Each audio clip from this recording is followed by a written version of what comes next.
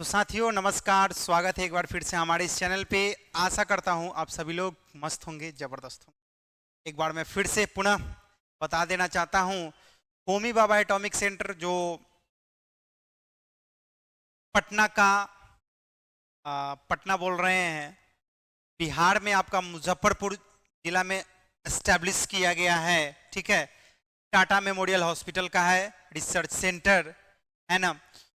वहाँ पे बहुत सारी वैकेंसी है जो आ रही है, जिसको लेकर के मैं भर्ती जितनी लगातार आएगी मैं लगातार उस पर वीडियो बनाते चलूँगा, है ना।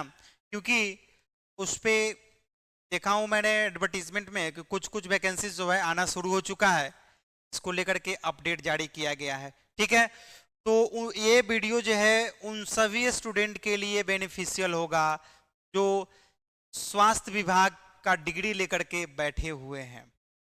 डिफरेंट डिफरेंट कैटेगरी हो सकता है, चाहे वो एमबीबीएस हो, चाहे वो टेक्नीशियन हो, चाहे वो ड्रेसर हो, चाहे ऑपरेशन थिएटर हो, चाहे वो एक्सरे टेक्नीशियन हो, अलग अलग। इवन 10th और 12th पास यानी कि मल्टीटास्किंग स्टाफ हो, चाहे वो आपको सपोर्टिंग स्टाफ हो, चाहे वो डाटा एंट्री ऑपरेटर हो, इस तरीके का वैकेंसी आना शुरू हो चुका है। उन्हीं सब में से जो है एक वैकेंसी आया है जिसमें क्या कुछ एलिजिबिलिटी क्राइटेरिया है, हम उस पर डिस्कस करेंगे। तो आप लोग वीडियो में बने रहेंगे और हम आपको ले चलते हैं कंप्यूटर स्क्रीन पे। तो अभी आपके सामने में ऑफिशियल वेबसाइट पे जो एडवर्टीजमेंट आया है उसका जिक्र यहाँ पे किया गया है। आपके सामने में वॉक इन इंटरव्यू की बात कही गई है, जो ये प्रोजेक्ट बेस्ड वैकेंसी है ना। क्योंकि रिसर्च सेंटर होने के कारण वहाँ पे अलग अलग प्रोजेक्ट आते हैं और प्रोजेक्ट पे ही जो है वैकेंसीज निकल करके सामने आती है, क्योंकि वहाँ पे सपोर्टिंग स्टाफ की जरूरत होती है। ठीक है, तो वेन्यू जो रहेगा आपका Homi Bhabha cancer hospital and research centre, Shri Krishna medical college hospital campus, Umang Nagar, Muzaffarpur, Bihar. ठीक है, तो ये तो एड्रेस रहा। ठीक है, आगे हम बात करते हैं पोस्ट का। तो पहले तो ये आप प्रोजेक्ट का भी नाम जान लीजिए, जिसमें देखिए इंटरेस्टेड कैंडिडेट को ही वॉक इन इंटरव्यू अटेंड करने के लिए बोला गया है। ठीक है, क्योंकि यहाँ पे जो है awareness and screening service for head mouth and neck cancer, है ना। तो जो अवेयरनेस के लिए जो है इस प्रोजेक्ट को चलाया जा रहा है, जिसको माउथ कैंसर हो जाता है, जिसको गले का कैंसर हो जाता है, जिसको हेड का कैंसर हो जाता है ना। तो उस चीजों पे जो है ये एक प्रोजेक्ट है, उसी प्रोजेक्ट में वैकेंसीज आई है, जिसमें अलग अलग डिफरेंट डिफरेंट स्ट्रीम के बच्चों की यहाँ पे जरूरत है। तो पहला जो पोस्ट है आपका नर्स का है। ठीक है, जिसके लिए आपको G general nursing midwifery plus diploma in oncology, है ना। तो अगर आपने कहीं से अगर आपने डिप्लोमा इन ऑन्कोलॉजी कर रखा है विथ अगर आपको 1 ईयर्स का क्लिनिकल एक्सपीरियंस है 50 बेड का, तो आप यहाँ पे एलिजिबल है। और एज लिमिट की बात कही जाए तो आपको 30 ईयर्स रखा गया है। और दूसरा अगर क्वालिफिकेशंस इसी पोस्ट के लिए कहा जाए तो आपको अगर दूसरा में क्या लिखा गया है कि अगर आपने बीएससी नर्सिंग कर रखा है with 1 years clinical experience 50 bed hospital, है ना। यानी कि 50 बेड हॉस्पिटल का अगर आपने बीएससी नर्सिंग कर रखा है, एक्सपीरियंस अगर आपके पास है क्लिनिकल एक्सपीरियंस, तो आप यहाँ पे एलिजिबल है।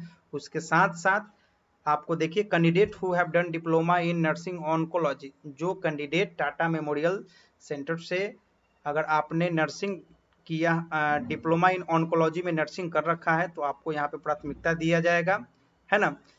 एंड अगर आपको वहां पे एज रिलैक्सेशन भी दिया जाएगा 5 ईयर्स का। ठीक है, तो ये बात यहाँ पे कही गई है। Candidate should be eligible to register with Indian council, हाँ, है ना। तो यहाँ पे आपका डिग्री जो है इंडियन नर्सिंग काउंसिल से जो है रजिस्टर होना चाहिए। अगर आप स्टेट से कहीं कर रहे हैं तो स्टेट नर्सिंग काउंसिल से आपका रजिस्टर होना चाहिए, है ना। तो यहाँ पे वही सब बात कहा गया है, जिसके लिए सैलरी आपको जो है 28,000 पर मंथ दिया जाएगा। ठीक है, नंबर ऑफ पोस्ट की बात करें तो 2 है। ठीक है, और वॉक इन इंटरव्यू का डेट देख लीजिए आप, 9 मई 2025, दिन रहेगा आपका फ्राइडे। ठीक है, दूसरा पोस्ट पे आते हैं जो कि फार्मासिस्ट का है, जिसके लिए बी फार्मा मांगा गया है। तो अगर आपने बी फार्मा कर रखा है, उसके साथ अगर आपका 1 ईयर्स का एक्सपीरियंस है, तो आप यहाँ पे एलिजिबल हैं इस प्रोजेक्ट में हिस्सा लेने का, ठीक है। या फिर अगर आपने डिप्लोमा इन फार्मेसी कर रखा है विथ मिनिमम आपका 3 ईयर्स वर्किंग एक्सपीरियंस हो गया है, तो आप यहाँ पे एलिजिबल होंगे।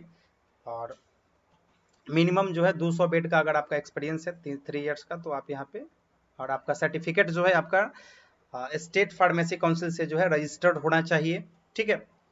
उसके बाद देख लीजिए 30 ईयर्स एज लिमिट, 25,000 यहाँ पे सैलरी दिया जाएगा, एक सीट इसके लिए रिजर्व है, ठीक है। और दूसरा अगर हम बात करें तो इंटरव्यू डेट तो उनके लिए भी 9 मई 2025 ही है, ठीक है।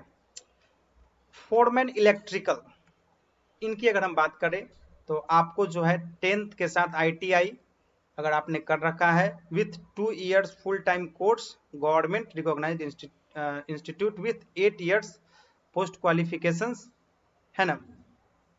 तो आपको जो है यहाँ पे ITI के साथ अगर आपने 8 ईयर्स का पोस्ट क्वालिफिकेशन एक्सपीरियंस अगर आपके पास है, यानी कि 8 साल का एक्सपीरियंस अगर आपके पास है, तो आपको 27,000 सैलरी के साथ यहाँ पे काम करने का मौका मिलेगा, है ना। तो जो भी चीजें हैं यहाँ पे बता दी गई है। तीसरा जो है आप इसका इंटरव्यू डेट जो है आपका 13 मई 2025 रखा गया है, ठीक है। आगे बात करेंगे टेक्नीशियन मैकेनिकल ट्रेड में। मैकेनिकल ट्रेड में महज 10th मांगा गया है with 2 years full time course, ठीक है।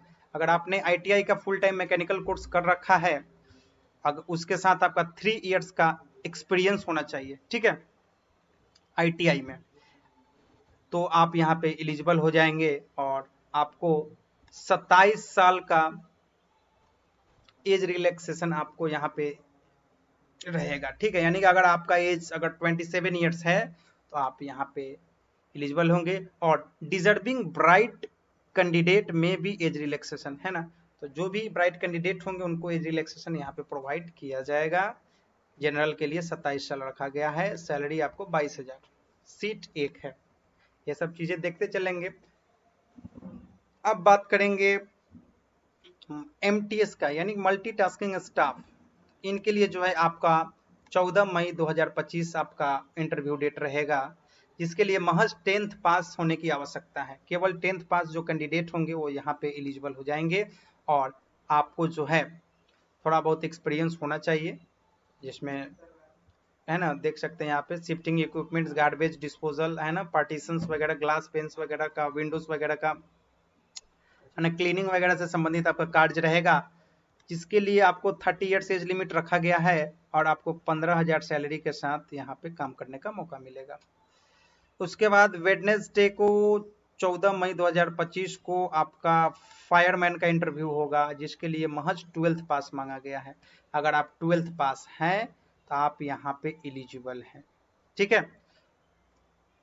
अगर आप 12th पास के साथ, अगर आप 12th पास नहीं है लेकिन आपको पास 6 महीने का फायर का ट्रेनिंग कर रखा है फायर सर्विस एकेडमी में, तो आप यहाँ पे एलिजिबल हो जाएंगे।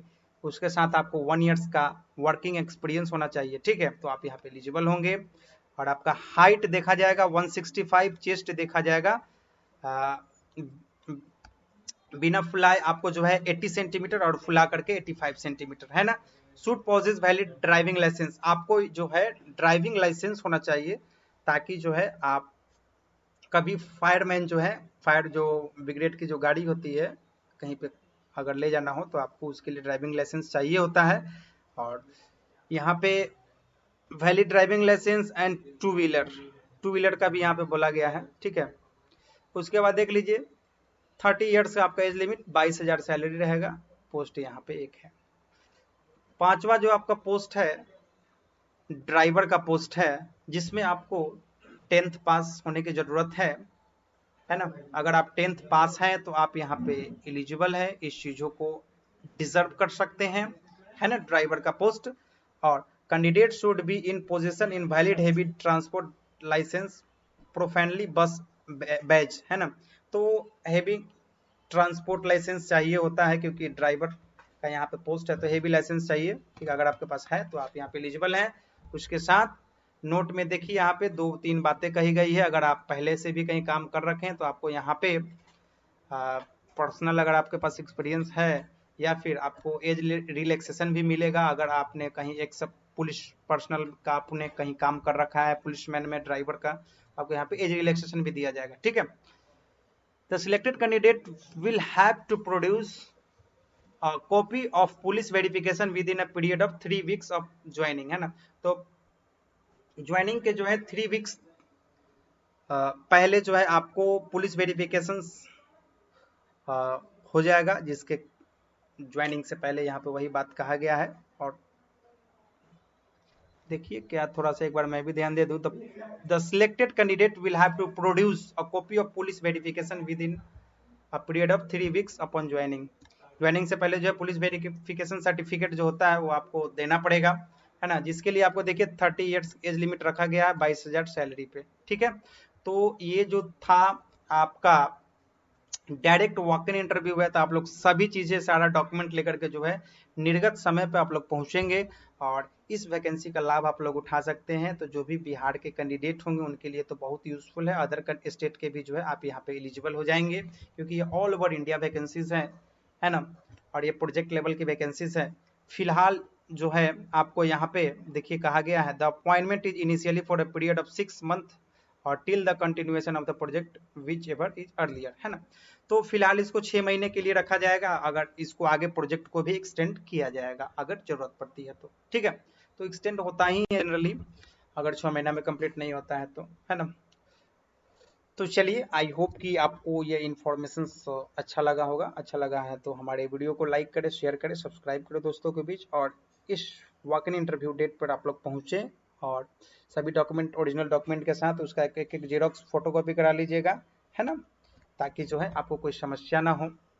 ठीक है, और फिर मिलते हैं। चलिए, तब तक के लिए वीडियो में बने रहने के लिए आप सभी का बहुत बहुत धन्यवाद।